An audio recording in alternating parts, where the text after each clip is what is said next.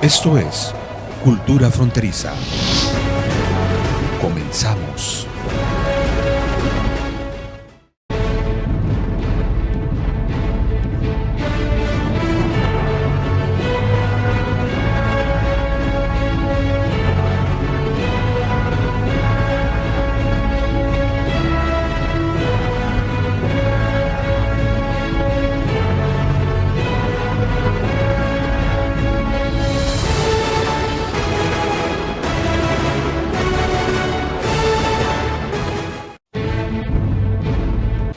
Nos encontramos con Gabriel Rivera. Él es el director del Archivo Histórico del Gobierno del Estado de Baja California y además pertenece al Seminario de Cultura Mexicana Corresponsalía Tijuana. Y hace unas semanas aquí en el Archivo Histórico se llevaron a cabo dos conferencias, una sobre los casinos en Mexicali y otra sobre los casinos en Tijuana. Como marco tuvimos la exposición Alborada, que hace una retrospectiva precisamente sobre esta época. Y en ese sentido, el doctor Gabriel Rivera nos habló sobre el agua caliente en Tijuana. Bienvenido, Gabriel, y si nos puedes platicar un poquito acerca de toda esta visión que, como tú dices, construyó un poco la leyenda negra, pero que no hay tal, ¿verdad? No se trató propiamente de casinos, sino de desarrollos turísticos que impactaron y detonaron la economía pues en esta zona del país. Sí. Muchas gracias, Adelaide, qué gusto saludarte, igual Cosme, un gusto estar aquí con ustedes. Sí, en efecto, mira, primero hay que hacer como un antecedente muy importante. Tijuana, de acuerdo a su fecha oficial de fundación, surgió el 11 de julio de 1889. Desde ese momento Tijuana, por su posición geográfica fronteriza con San Diego y también con un corredor natural que es San Diego, Los Ángeles, San Francisco, le ayudó a que siempre surgiera como un pueblito comercial y turístico. Desde ese momento, aunque la palabra turismo no existía, ¿verdad? Eran excursionistas los que iban a Tijuana, pero ya se empezaban a contar por cientos.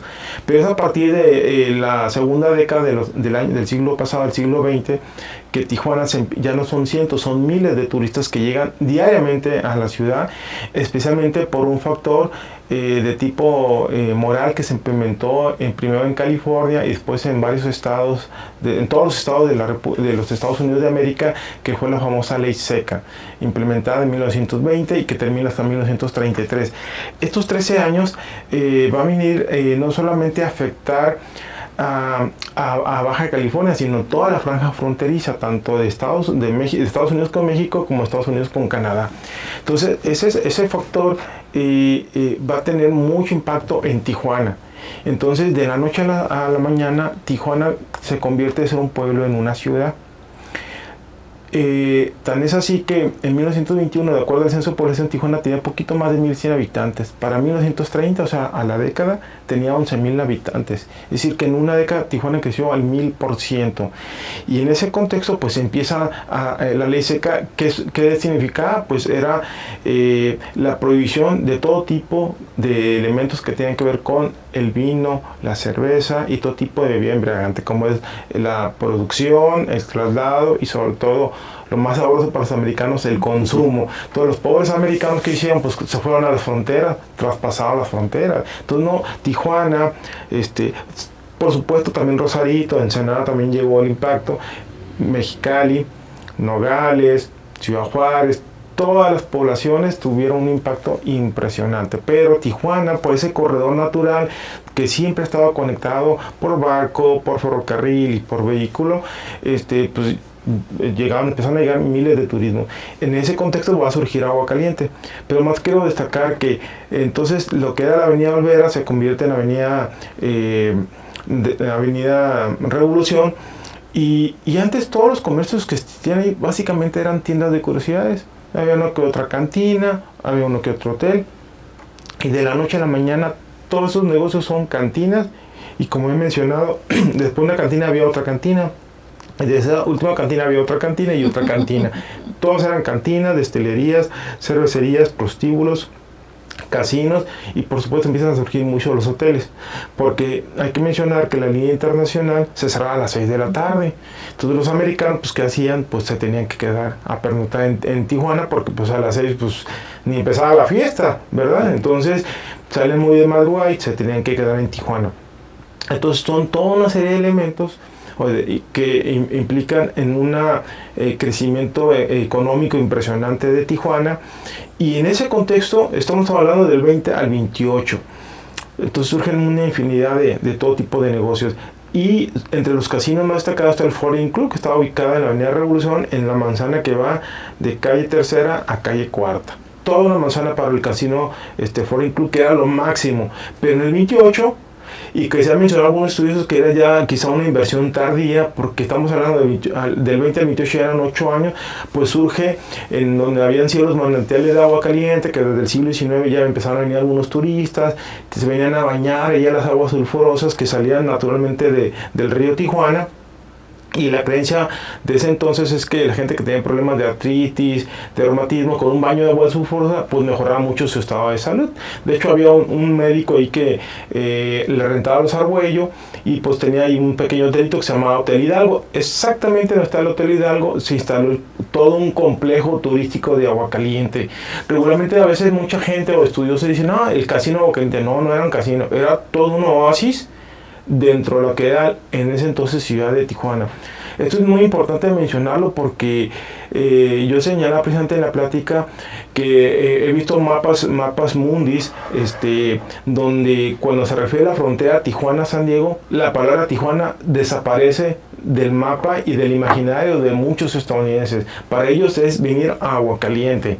Sí, inclusive se filmaron 2 películas, El Campeón y En Caliente, en 31 y 35, donde difunden mucho la imagen de Aguacaliente, ¿verdad? Y toda esa vida que se generaba ahí. Ahora, hay que mencionar que la gente que vino a Aguacaliente no era gente de a dólar. No era la gente que venía a tomar cerveza de 15 centavos en la cervecería, en la cantina La Ballena, o el centenar de cantinas. Nosotros, David Piña y yo, ya hicimos un listado, de acuerdo a tarjetas postales, anuncios comerciales, un listado de todos los nombres de las cantinas que existían en la Avenida Revolución en los años 20. Y es casi un centenar. O sea, imagínense la dinámica económica, laboral. Mencionar también una cuestión laboral, que al principio casi todos los trabajadores eran estadounidenses. Afortunadamente el entonces gobernador de la época, Abelardo L. Rodríguez, que por cierto en unos días se cumplen 100 años de que tomó protesta, allá por el 27-28 implementó un decreto donde dice que el 50% de los trabajadores de cualquier negocio en Baja California tiene que ser mexicanos. Eso es importantísimo, fundamental, porque no solamente es que los trabajadores fueran cantineros, no, van a ser también trabajadores de la empresa Abelardo Rodríguez, de los sindicatos. Pues empiezan a surgir los sindicatos. Había un monopolio, por ejemplo, de los taxis. Antes de este decreto solamente había taxistas estadounidenses. Entonces empieza a surgir, el primer sindicato de Tijuana es el sindicato de taxistas amarillos, 1922. Después en el 23 surge el sindicato de trabajadores de los restaurantes, y después empiezan a surgir el sindicato de filarmónicos, sindicato de panaderos, sindicato de carpinteros, y una infinidad de sindicatos. Que eso es hablar de la leyenda blanca en contraposición a la leyenda negra de Tijuana. Entonces, en 28 se inaugura el casino, el 23 de junio, todo es glamour, es un espacio donde te encuentras un hotel de lo más glamuroso del mundo, no de aquí de la región de Estados Unidos, del mundo, donde empezaban a venir gente de todas partes de Europa, reyes, empresarios, financieros, pero los clientes de todos los días eran los famosos artistas de Hollywood, que bajaban en horas, ya estaban aquí en Tijuana, perdón, no estaban en Tijuana, están en Aguacaliente, o se venían, había un avioncito que venía todos los días, ¿verdad?, de Los Ángeles a Tijuana, y descendían en una pequeña pista que pusieron, no era un aeropuerto, era una pequeña pista donde veis el fraccionamiento de aviación, ya llegaban directamente los turistas.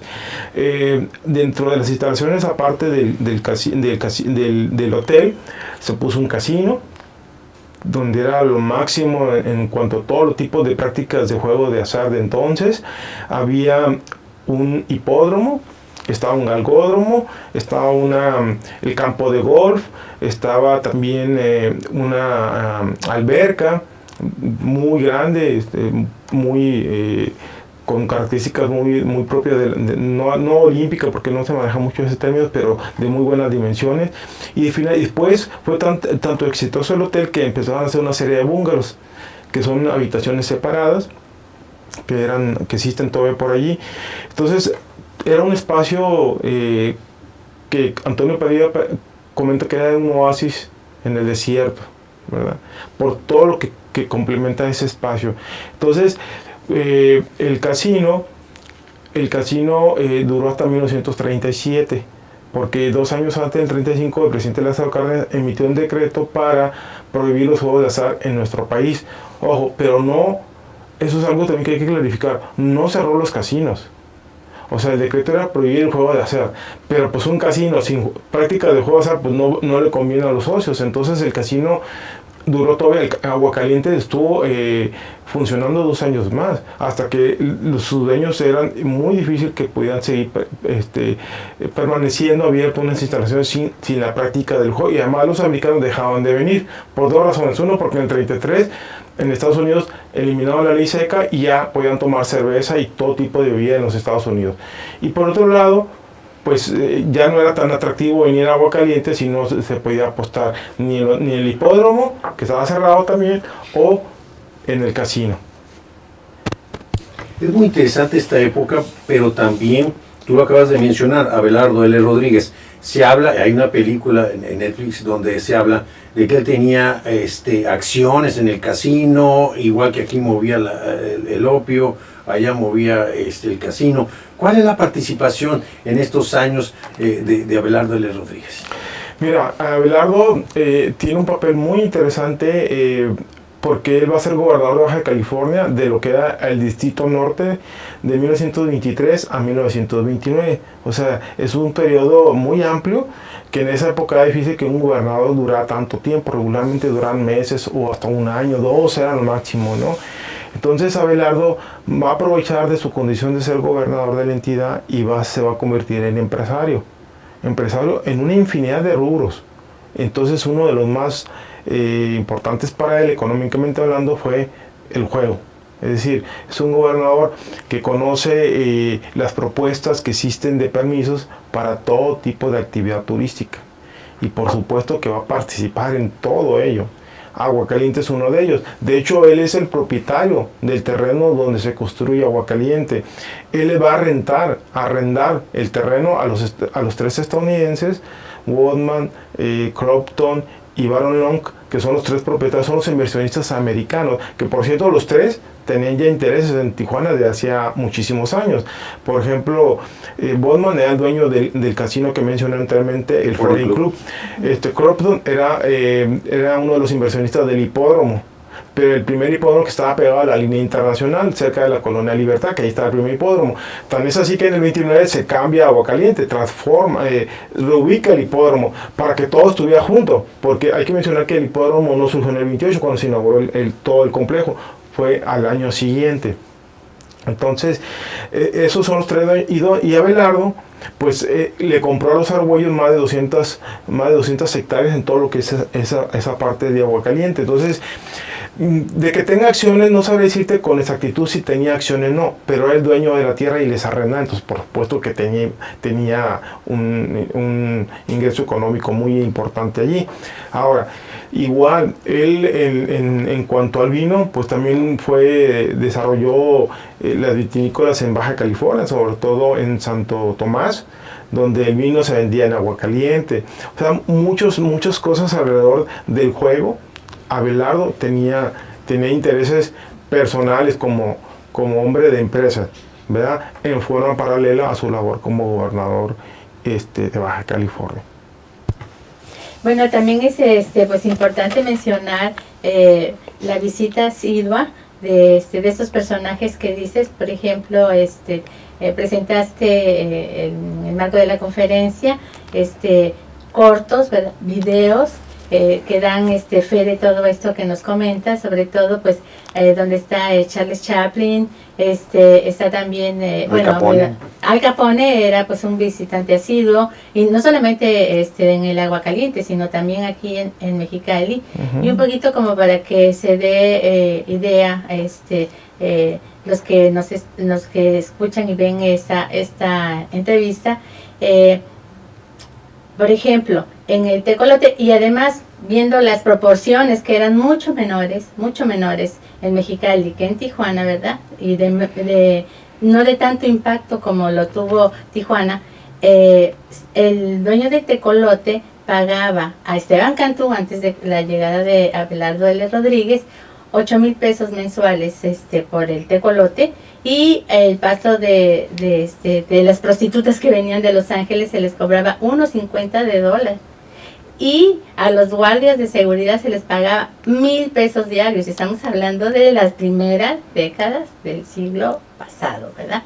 Entonces, un poquito que nos puedas decir tú también el impacto ese económico que tuvo para Baja California, para darse la idea. Si esas son cantidades que hoy en día, ¿verdad?, nos parecen pues exorbitantes, ¿no? 1,000 pesos diarios, pues para aquella época significaba una fortuna, ¿no? Es correcto. Mira, de hecho, Baja California, el gobierno de Abelardo L. Rodríguez fue autosuficiente. No le pidió prácticamente ni un peso a la federación durante sus 6 años de gobernador. O sea, imagínense, o sea, todo lo generaba del recurso del pago de impuestos de todos los negocios de azar en Baja California. El mismo empresario que tú señalas del tecolote era dueño del Monte Carlo, que era un casino que estaba a un ladito del hipódromo de Aguacaliente, cruzando la línea internacional. Era un casino que estaba desde 1916. ¿Verdad? Entonces, pero para los años 20 este estadounidense pues tenía, pues todos tenían negocios, en esa época todos tenían negocios en Ensenada, en Tijuana o en Mexicali, ¿verdad? Los mismos empresarios.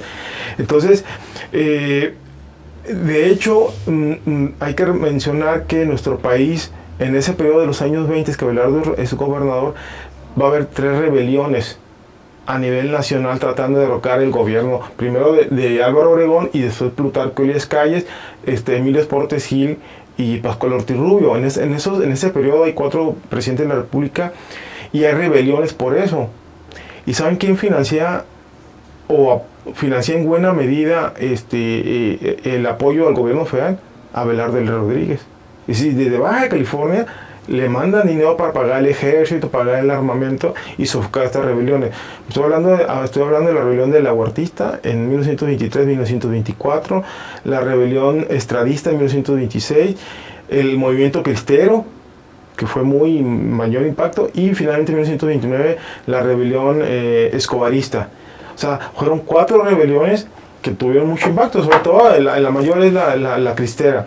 Pero Baja California aportó muchísimos pesos para apoyar al gobierno federal. Claro, el gobierno tenía toda su estructura de ejército y todo ese asunto, pero siempre requería, cuando hay movimiento armado, siempre se requiere recursos.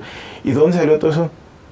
De Baja California y por supuesto de las arcas de tesorería y sobre todo de los impuestos. Entonces, Tijuana, ahora hay que mencionar un dato muy curioso, muy interesante. Tijuana, por supuesto, emitía mucho ingreso económico, pero todo ese recurso se iba a Ensenada, porque Tijuana era una delegación de Ensenada. Entonces el municipio era el Ensenada y es el que se queda con todo el recurso. Hubo una disputa permanente de la gente de Tijuana, sobre todo los comerciantes, con Ensenada, hasta que presidente Abelardo en el 25 trata de crear el municipio de Tijuana, lo crea en papel, pero a los días no funciona y crea un consejo municipal, como el que surgió en 68. En Tijuana ha habido 2 consejos municipales, en el 25 al 29 y en el 68 al 70. Pero del 25-29 fue muy interesante porque quiso darle vida municipal, pero no funcionó, no prosperó, pero sí económicamente sí. Entonces fue algo importantísimo el ingreso económico, y pues no duden que de allí al final de cuentas también, en cuanto a la presencia del gobierno del Distrito Norte de Abelardo, tuvo el impacto de mucha obra pública en Baja California. En Tijuana, más para ejemplificar, pavimentó calles, introdujo drenaje, introdujo alumbrado público, y una de las obras más importantes, la construcción de la Escuela Álvaro Obregón en la colonia Altamira, hoy conocida como Casa de la Cultura, se hace en su época, y se paga con dinero de Aguascalientes. Se conforma un patronato por construcción de la escuela, pero prácticamente todo el recurso sale del casino de Aguascalientes. O sea, Bodman, que era el gerente general de estos 3 empresarios estadounidenses, es el que aporta casi todos los dólares para construir ese edificio. Por cierto, que es una réplica de la escuela que está aquí en Yuma, ¿verdad? La escuela Álvaro Obregón. Entonces, sí hay mucho impacto económico, y por supuesto también, igual que aquí en Mexicali, pues allá también le cobraban dinero a las mujeres alegres, a las muchachas alegres, por no decir que prostitutas, y la cuestión de la movilidad de la cerveza, del whisky, el juego, el hipódromo es el que dejaba mucho dinero. Se dice que en Tijuana solamente los fines de semana venían hasta 10,000 personas a las corridas, a las carreras de caballos que cruzaban la línea. Es por eso que en esa época, a fines de los años 20, a Tijuana se le empieza a llamar como la frontera más visitada del mundo, porque tenía el máximo cruce fronterizo de un país a otro. Inclusive hay reportajes de 1933 que se habla que Tijuana es la ciudad más popular del mundo. Fíjense qué interesante, la ciudad más popular, pero no es porque tuviera muchos atractivos, no, era por el número de cruces. No había otra frontera en el mundo que tenía mayor cruces de personas que Tijuana-San Diego. O sea, entonces eso le daba la categoría a Tijuana a ser la ciudad más popular, además de la más visitada del mundo, y por lo tanto la más popular de todo el mundo. Eso es algo muy interesante, publicado en periódicos de Estados Unidos y en español, en 1933. Era muy importante, y lo comentaste hace rato, el hecho de que en los mapas aparecía el casino Aguascalientes, más que Tijuana. Inclusive, de toda la frontera, Tijuana era la más conocida a nivel mundial por el casino precisamente. Pero cuéntanos de estas visitas. Yo tengo, me acuerdo que hace un tiempo en Tijuana manejamos en un negocio que yo era gerente, se manejó nos burlábamos de la leyenda negra. Entonces le pusimos como eslogan la magia de una leyenda. Río Rita, la magia de una leyenda. Entonces, porque la leyenda era de la prostitución, que había mucha prostitución en Tijuana. Y sí la había, y pasaron las décadas y sigue habiendo prostitución. Todavía en la actualidad es un turismo que en administraciones pasadas decían que era turismo carnal, ¿no? Que querían hacer hasta tours y toda esa cosa. Bueno, es una realidad. Esto, ¿cómo afectó la imagen de Tijuana, la prostitución, y por otro lado, las estrellas que venían a Aguascalientes? Sí, mira, en primer lugar, Tijuana en esa época, los años 20, fue noticia mundial.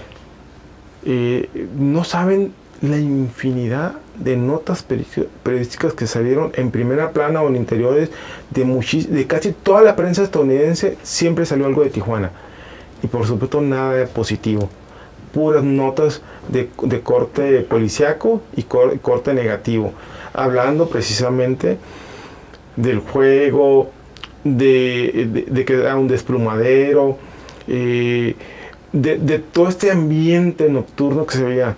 Inclusive yo he localizado en periódicos página completa, hablando de como que mandaban algún reportero, y registraba toda una página, todo ese ambiente que existía en la Avenida Revolución.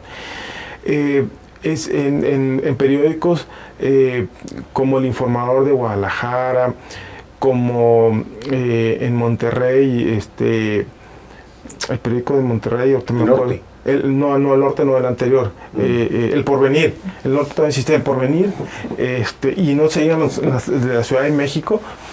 notas y notas constantemente de toda esa situación que se daba de las mujeres, del juego, de la cuestión moral, había grupos en Estados Unidos, sobre todo de damas, muy moralistas, y entonces constantemente emitían opiniones sobre el tema, mandaban cartas al presidente de los Estados Unidos de América, mandaban cartas al presidente de México. Por ahí Álvaro Obregón emitió un decreto de prohibir o cerrar casinos, pero pues fue un día y el día siguiente ya estaba abierto. O sea, es impresionante la imagen negativa, pero hubo un caso que es de lo más fatal para la imagen de Tijuana, fue el suicidio de toda una familia en febrero de 1926. Resulta que es el caso de los Petit, familia nativa de San Diego. Ellos fueron de turistas a Tijuana, la esposa, el esposo, la esposa y 2 hijas, muy jovencitas. Y se hospedaron en un hotel ahí cerca de la Avenida Revolución, entraron a un bar, estuvieron ahí tomando toda la noche. La señora se sintió mal y bueno, ya se fue con su esposo y se quedaron las 2 muchachas ahí. Y pues resulta que las violan a las 2.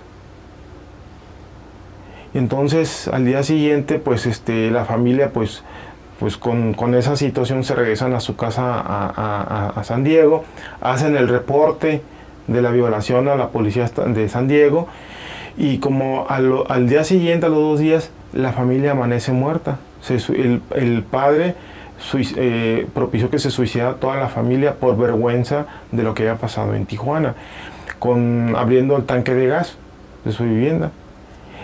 Eso fue una noticia que todos los periódicos de Estados Unidos, yo hice una recopilación, todos los periódicos de Estados Unidos, fue un boletín que emitió alguna agencia y salió publicado en primera plana o en interiores con la foto de la familia muerta. Sí.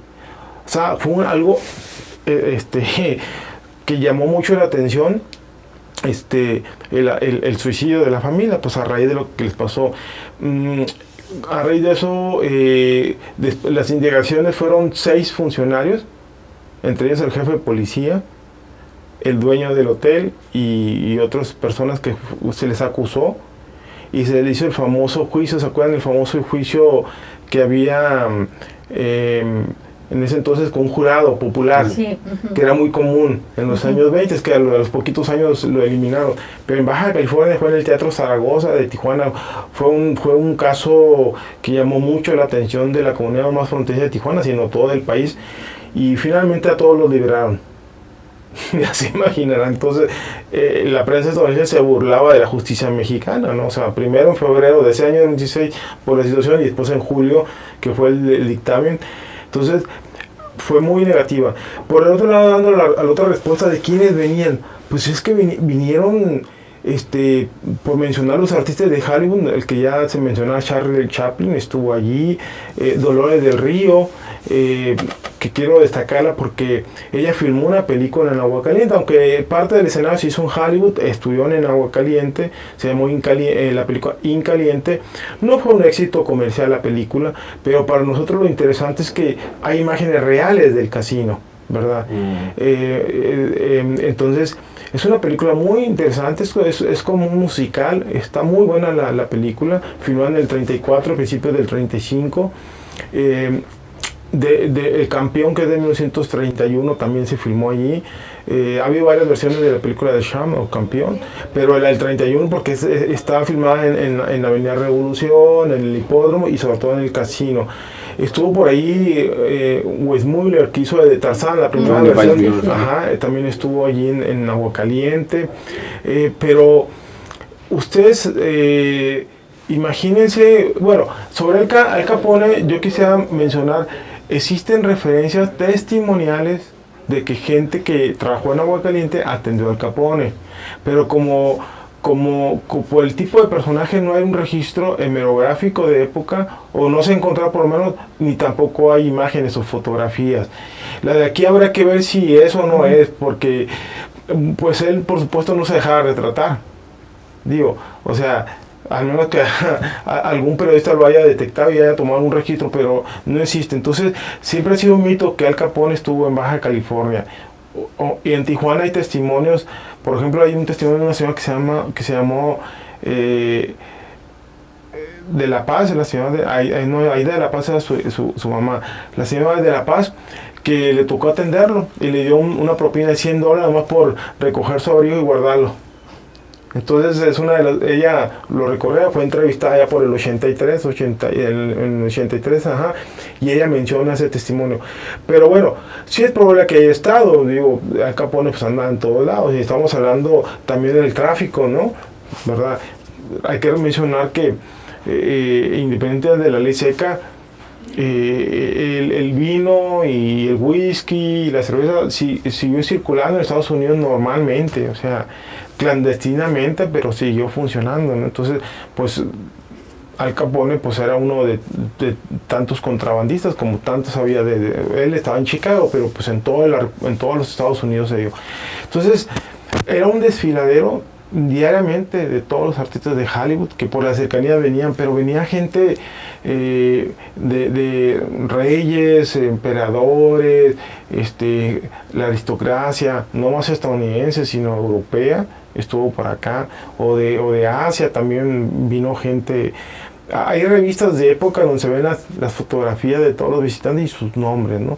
Entonces, pues Aguascalientes fue un renombre internacional, ¿no? Que le dio, y no tanto a Tijuana sino a Aguascalientes. Pero también se le salieron de aquí estrellas como Rita Hayworth, que sí, era cancino en aquel tiempo, era bailarina del Aguascalientes, inclusive hizo una película con Fred Astaire, bailaba muy bien. Sí, me faltó mencionar que en Aguascalientes había un restaurante muy elegante y había una cafetería, y es en la cafetería, en el patio andaluz, donde Rita Cancino empezó a bailar siendo una jovencita, menor de edad por cierto, pero ahí empezó sus primeras actividades de bailarina, y ya posteriormente al cierre pues se fue a Los Ángeles, a Hollywood, allá se casó con un americano, cambió su apellido Hayworth y después se convirtió en una gran actriz y bailarina estadounidense, y surgió en Tijuana, que es poca gente sabe de esa trascendencia, esa fue al revés, ¿no? Entonces sí, hubo todo, también muchas leyendas alrededor de Aguascalientes, ¿no? Entonces sí es una etapa muy interesante que, por cierto, también hay que manejar la cuestión económica y laboral. En Aguascalientes trabajó muchísima gente, no más en el proceso de construcción, sino después, y gracias a ese decreto de Abelardo L. Rodríguez, la mitad de la gente que trabaja en Aguascalientes era mexicana. Entonces muchas familias tijuanenses dependían de la cuestión laboral de todos los días de Aguascalientes. Claro, los dueños eran americanos, los gerentes eran americanos, ya hasta el final el último gerente era mexicano, que fue Alberto B. Aldrete. Era nativo de Jalisco, de Guadalajara, pero su familia era de acá de Ensenada, de Baja California, pero fundamentalmente eso es muy importante, la cuestión económica. Tijuana dependía 100% económicamente del casino, y cuando cierran el 37, imagínense la crisis que se dio, hubo la huelga de los sentados, hubo manifestaciones, porque pues la gente dependía del hipódromo, ya estaba el sindicato, de hecho había dos sindicatos, el sindicato de Aguascalientes y el sindicato de Alba Roja. El sindicato de Aguascalientes eran de los trabajadores de todo el casino, y de Alba Roja solamente del hipódromo, donde estaban cientos de empleados. O sea, era impresionante la economía que se movía en ese entonces, que por cierto, todo de dólar. El peso mexicano no se conocía aquí. O sea, todavía hasta los 70, Baja California o Tijuana en lo particular, no conocía el peso mexicano, todo en dólar. Yo creo que es importante mencionar, esta época que también tuvo estos tintes de tragedia que nos comentabas hace un momento, pero también una revisión no solamente del contexto histórico, sino también del contexto geográfico. Hay que destacar que por la lejanía de esta zona fronteriza del centro del país, que son 3.000 kilómetros, pues prácticamente carecía de infraestructura. Y que, por ejemplo, aquí en Mexicali hubiera sido imposible desarrollar una ciudad o una población si no se hubieran captado los impuestos de esa manera. O sea, se trabajó no con lo que se quería, sino con lo que se pudo. En ese sentido, por ejemplo, surgieron obras titánicas, hay que mencionarlo. No hubiera sido posible la carretera La Rumorosa, que fue un trabajo realmente titánico, el atravesar la montaña, que antes pues se le llamó Camino Nacional y que se pudo conectar Baja California, porque estaba completamente fragmentada por esta geografía, ¿no? Y en ese sentido, pues aparte de que se dio toda esa fuga o ese apoyo hacia el centro del país a través de los impuestos, también es importante decir, yo creo, que la ciudad se desarrolló y se aplicaron muchísimos recursos económicos a la infraestructura de la ciudad de que hoy goza, se puede decir, ¿no? Sí. Es impresionante, coincido contigo totalmente, tanto la etapa previa de Esteban Cantú de 1915 a 1920, que también se vio precisamente la introducción del el impuesto o el cobro que se le hizo a los chinos, la introducción de las primeras prostitutas, que hay mucha ya referencia en esa época, previo a 1920 a la ley seca, y sí, la construcción de obras importantes en este Cantú, pero sobre todo más en los años 20 con Abelardo, o sea, construcción de escuelas, construcción de caminos, la construcción de la presa Rodríguez, una cosa que no mencioné que es interesante, una compañía de aviones. La primera fábrica fuera de la Ciudad de México fue en Tijuana y fue una compañía que construyó 3 aviones, precisamente también con interés económico de Abelardo. Eran aviones militares, ¿verdad? Pero que en esa época, en los años 20, estaba empezando apenas a tener trascendencia en la industria aeronáutica, y en Tijuana, precisamente en el contexto de los recursos económicos que se dan aquí, pues se creó una fábrica que construyó en un año 3 aviones. El más trascendente fue el número 2, que comandó el mayor Roberto Fierro, que por cierto hizo un viaje titánico que se le compara con el que hizo Charles Lindbergh, de viajar en una distancia que fue primero, el avión se construyó en Tijuana, pero se trajo a Mexicali, y desde la Laguna Salada salió el viaje. Entonces el registro es Mexicali, Ciudad de México, de un solo directo, sin escalas. O sea, para hablar de 1927 era toda una proeza. Sí. O sea, varios pilotos mexicanos se murieron en esos años. Ahí está Emilio Carranza, Pablo L. Cidar, creo que 2 se murieron en esos mismos años, en estos vuelos. O sea, te subías, no sabías si te ibas a bajar.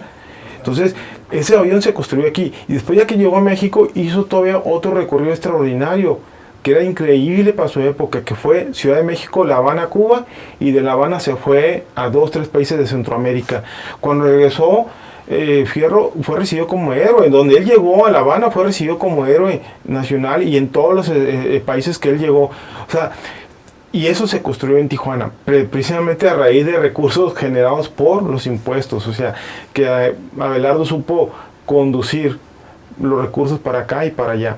Entonces, no más por mencionar algo, pero sí es un parteaguas. O sea, la ley seca y lo que conlleva es un parteaguas en la vida económica de Baja California y sus ciudades, y por ende, yo por eso mencioné al principio, este crecimiento demográfico de 1,100 habitantes a 11,000, pues no es algo que se da de la noche a la mañana. Es porque empiezan a llegar miles de migrantes de todos los rinconcitos de la República Mexicana y de muchos países. Ya había algunos extranjeros en Tijuana, pero empiezan a llegar libaneses, armenios, franceses, españoles, alemanes, italianos, que dejan un gran legado en la gastronomía, mucho estadounidense, chinos, por supuesto, mucho japonés, ingleses, irlandeses, o sea, de muchísimas nacionalidades, y todos pues dejan su aportación, ¿verdad? Los Baloyán, los Bujasán, los Cheto, los Cardinali, hasta los rusos también. Los rusos allá, hay un antecedente, sí, en Valle de Guadalupe, con la época de Porfirio Díaz, pero sí, entonces se da a raíz de toda esa movilidad, de toda esa dinámica, ¿no? En todos los sentidos, ¿no? Económica, política, porque finalmente pues se hace cambio a raíz de que Tijuana ya se quería ser autónoma, por eso se le crea como ayuntamiento. No funciona por cuestiones también internas ahí políticas de Abelardo, pero finalmente, bueno, se separa al final de cuentas de Ensenada. Pero sí, es una etapa sumamente interesante y que por cierto pues estamos viviendo 100 años de eso, de toda esa dinámica, ¿no?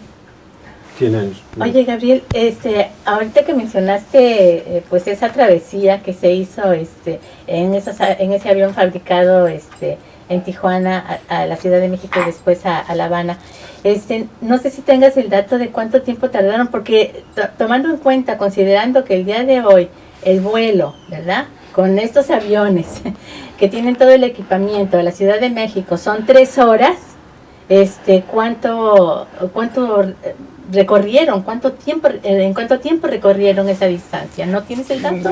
Yo no lo tengo tan fresco ni en la memoria. Sí está, por supuesto, el récord, ahí está. Pero él salió como a las 5 de la mañana y debe haber llegado en la tarde-noche. Fue un viaje de un día, pero no te sabré decir con exactitud. Es cuestión de consultarlo, pero están las crónicas, está la misma memoria de Fierro, que se llama, es un libro que él publicó en el 64, que se llama Esta es mi vida. Ahí narra puntualmente, pero sinceramente ahorita sí no tendré las horas exactas, pero lo consultamos, ¿no? ¿Sí? Oye, Gabriel, pues muchísimas gracias. Yo con esto, pues si tienes algo también que haya quedado en el tintero que te gustaría comentar.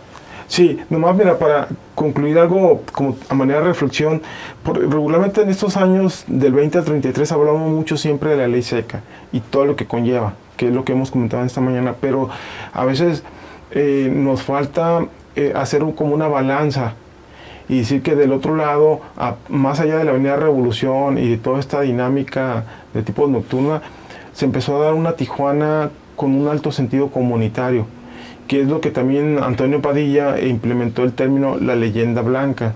¿Qué significa? Bueno, que había una comunidad, había una sociedad donde se empezó a practicar todas las actividades que el día de hoy Tijuana es. Es decir, cuestiones cívicas, cuestiones culturales, cuestiones religiosas, cuestiones deportivas, cuestiones educativas. Surge una logia masónica, surge un centro mutualista, surgen los sindicatos, surgen comercios, surgen escuelas, surge la presencia de esos grupos extranjeros en la cotidianidad tijuanense. Entonces, todo esto es la leyenda blanca, que se contrapone a la leyenda negra. O sea, entonces tenemos que tener como un balance. No más en Tijuana, yo creo que a nivel de cualquier ciudad que se pueda historiar, tener las dos visiones. En el caso de Tijuana nos ha faltado como que a nivelarlo para decir, oye, pues sí, acá estaba la ciudad, estaba la ciudad de la perversión, pero acá estaba una ciudad progresista, una ciudad trabajadora, una ciudad que existe una dinámica de puro comercio para los tijuanenses.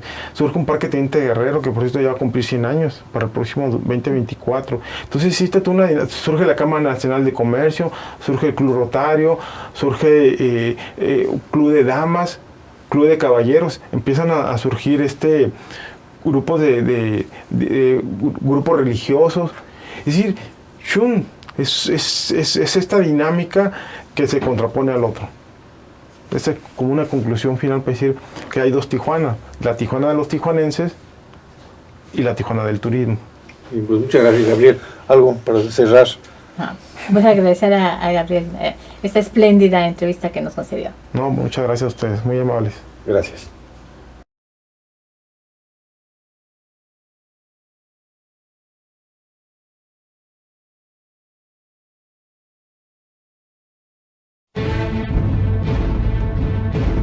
Esto fue todo en Cultura Fronteriza.